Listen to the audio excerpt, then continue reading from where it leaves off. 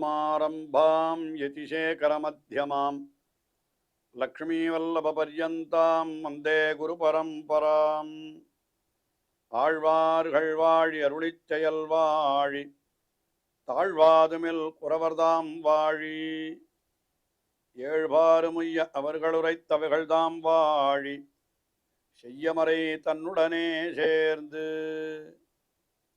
அகலகில்லே நிறையுமென்னு அலர்மேல் மங்கை உரை மார்பா நிகரில் புகழாய் உலகம் உன்னுடையாய் என்னையாழ்வானே நிகரிலமரர் முனிக்கணங்கள் விரும்பும் திருவேங்கடத்தானே புகழொன்னில்லாவடியேன் உன்னடிக்கீழமர்ந்து புகுந்தேனே அகில புவன ஜன்மஸ்தேம பங்காதிலீலே வினத விவித பூத உராதரக்ஷைகதீக்ஷே ஸ்ருதிசரசி விதீப்தே பிரம்மணி ஸ்ரீனிவாசே பவது மம பரஸ்மின் சேமுஷி பக்திரூபா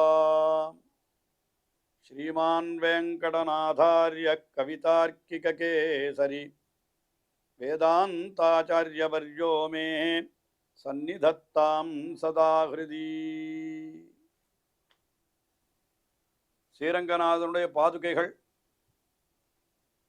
நம்மையெல்லாம் காப்பவை அவைதான் என்று அந்த பாதுகைகளுடைய பெருமையை 1000 ஸ்லோகங்களாலே வர்ணித்தருளினார் வேதாந்த தேசிகன் ஸ்ரீ பாதுகா சகஸ்ரம் என்கிற ஸ்தோத்திரத்திலே. ஒவ்வொரு ஸ்லோகத்திலேயும் பாதுகையினுடைய பெருமை ஒவ்வொரு விதமாக, அதாவது 1000 விதமாக பாதுகையினுடைய பெருமைகள் எடுத்து சொல்லப்படுகின்றன என்று நாம் பார்க்கிறோம். அதிலே இப்பொழுது 63வது ஸ்லோகத்தை நாம் அனுபவிக்கிறோம். இந்த 63வது ஸ்லோகத்தில் என்ன தெரிவிக்கிறார்? அந்த பாதுகையினை நாம் வணங்குகிற பொழுது நமக்கு இன்னது வேண்டும் என்று வாயால் சொல்ல வேண்டும் என்கிற அவசியம் கூட இல்லை. மனத்தால் நினைத்தாலே அவைகளெல்லாம் கிடைத்து விடுகிறது, உயர்ந்த செல்வமானது கிடைக்கிறது என்கிற அர்த்தத்தை ஒரு உதாரணத்தோடு சேர்த்து நமக்கு காட்டுகிறார்.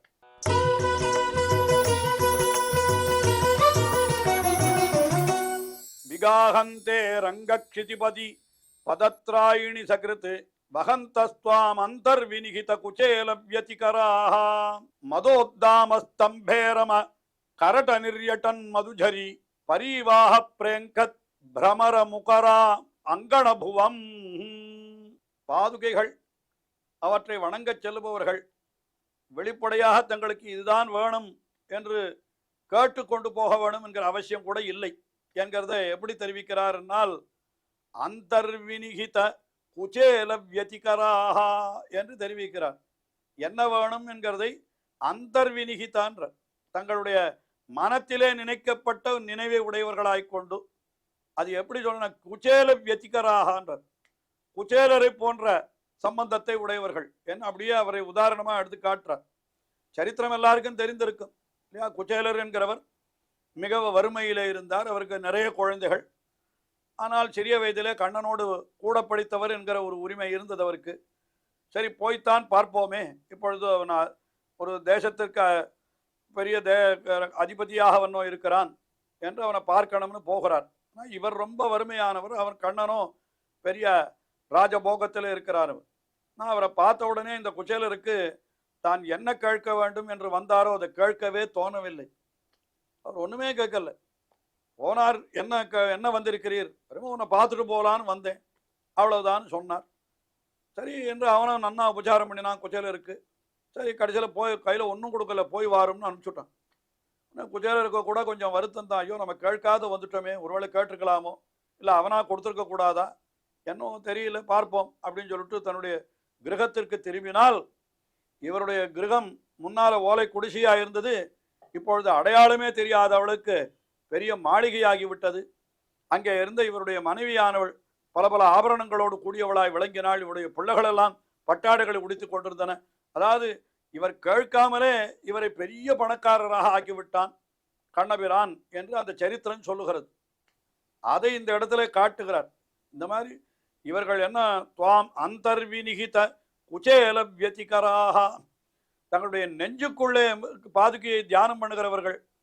இன்னதுதான் வேணும் என்று வாய்விட்டு கேட்காவிட்டாலும் குச்சேலரை போலே என்ன ஆகிவிடுவார்கள்? இவர்கள் குச்சேலரை போன்றே இவர்களும் பணக்காரர்களாக ஆகிவிடுவார்கள் என்று சொல்லுகிறார்.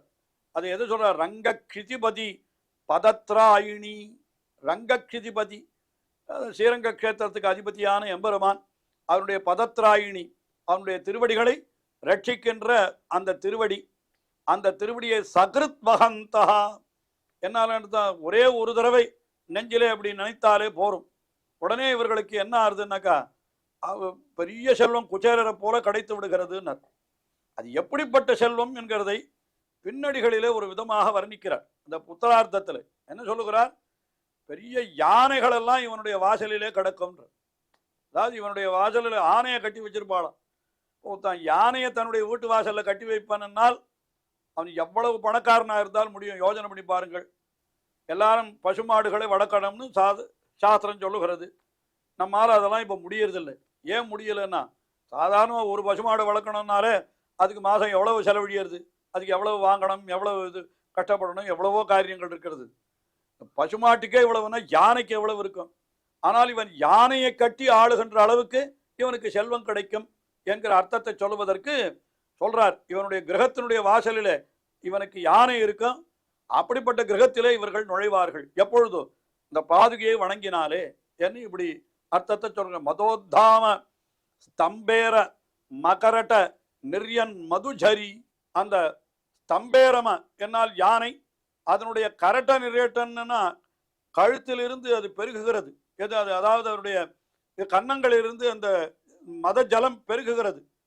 அந்த மதத்தினுடைய மத ஜலத்தினுடைய ஜரி என்னாலுன்னா அதனுடைய பெருக்கு வெள்ளம்.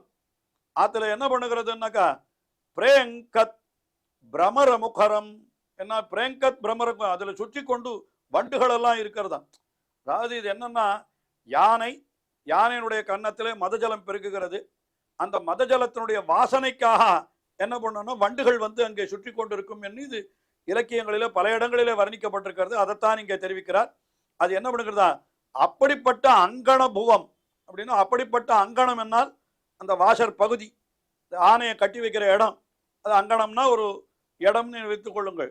அப்படிப்பட்ட அங்கணபுவம் விசந்தி விகாகந்தே, இவர்கள் நுழைகிறார்கள். அதாவது எம்பெருமானுடைய பாதுகை, ஸ்ரீ ரங்கநாதனுடைய பாதுகையை ஒரே ஒரு தடவை வணங்கி விட்டாலே போதும்.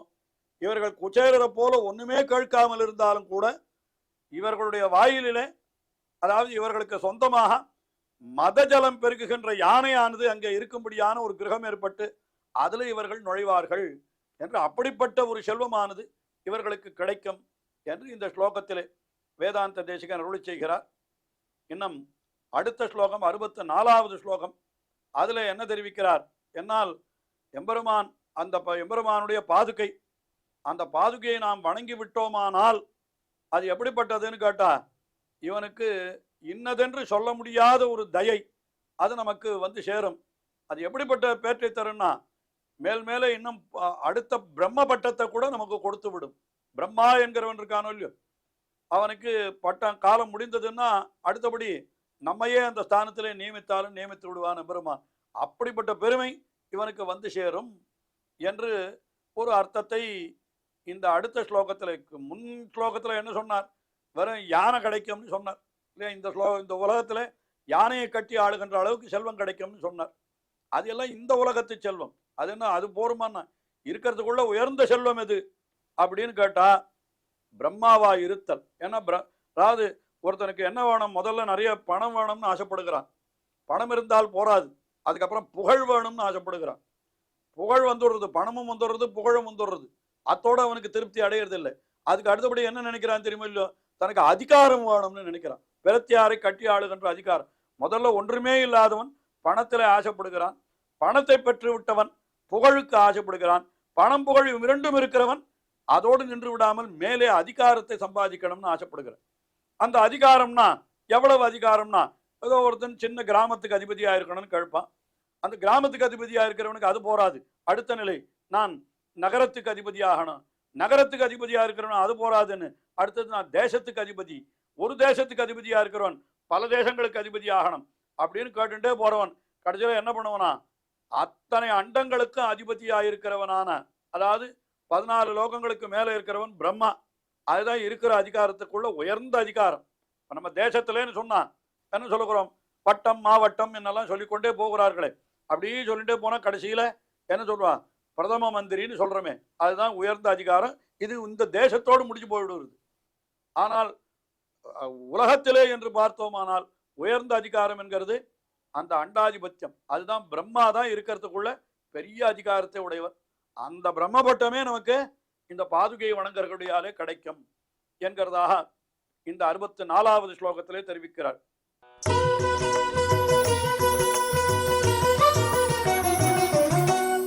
அதிதைவதம் ஆபதத்சு கல்பேஷு அதிகாரம் பஜதாம் பிதாமகானாம் அபிரக்ஷது ரங்கபர்த்துரேஷா கருணா காச்சன பாதுகாமயி நஹா. என்ன சொல்றாருன்னா, ஆபதத்சு கல்பேஷு, வரப்போகிற கல்பத்தில், இப்ப இருப்ப கல்பத்தில் ஆரோ ஒருத்தன் பிரம்மாவா இருக்கிறான். ஆனால் ஆபதத்சு கல்பேஷு, வரக்கூடிய கல்பங்களிலே என்ன சொல்றாருன்னா, பிதாமகானாம் அதிகாரம் பஜதாம், பிதாமகன் பிரம்மாவனுடைய அதிகாரத்தை அடையக்கூடியவர்கள் என்ன ஆறு? இந்த பாதுகையை சேவிக்கிறவர்கள் தான். பாதுகையை சேவிக்கிறவர்களுக்கு அப்படிப்பட்ட அதிகாரம் கூட இவர்களுக்கு கிடைத்துவிடும் போலும்.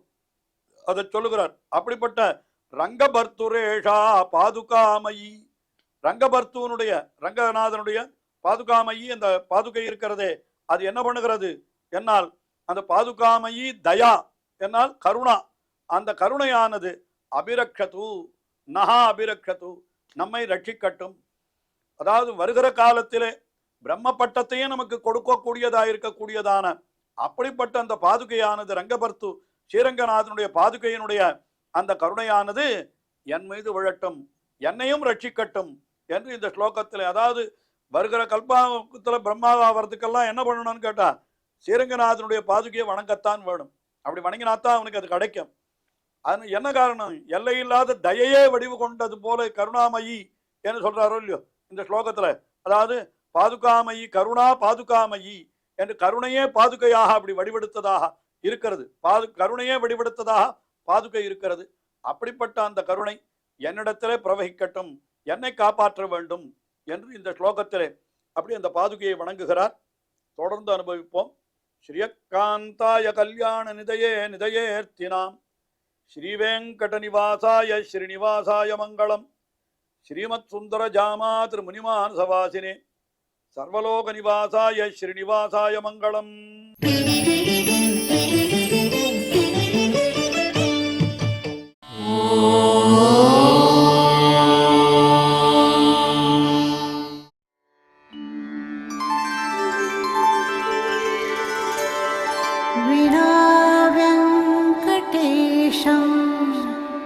ननाथो ननाथः सदा वेङ्कटेशं स्मरामि स्मरामि. हरे वेङ्कटेश प्रसीद प्रसीद. प्रियं वेङ्कटेश प्रयच्छ प्रयच्छ.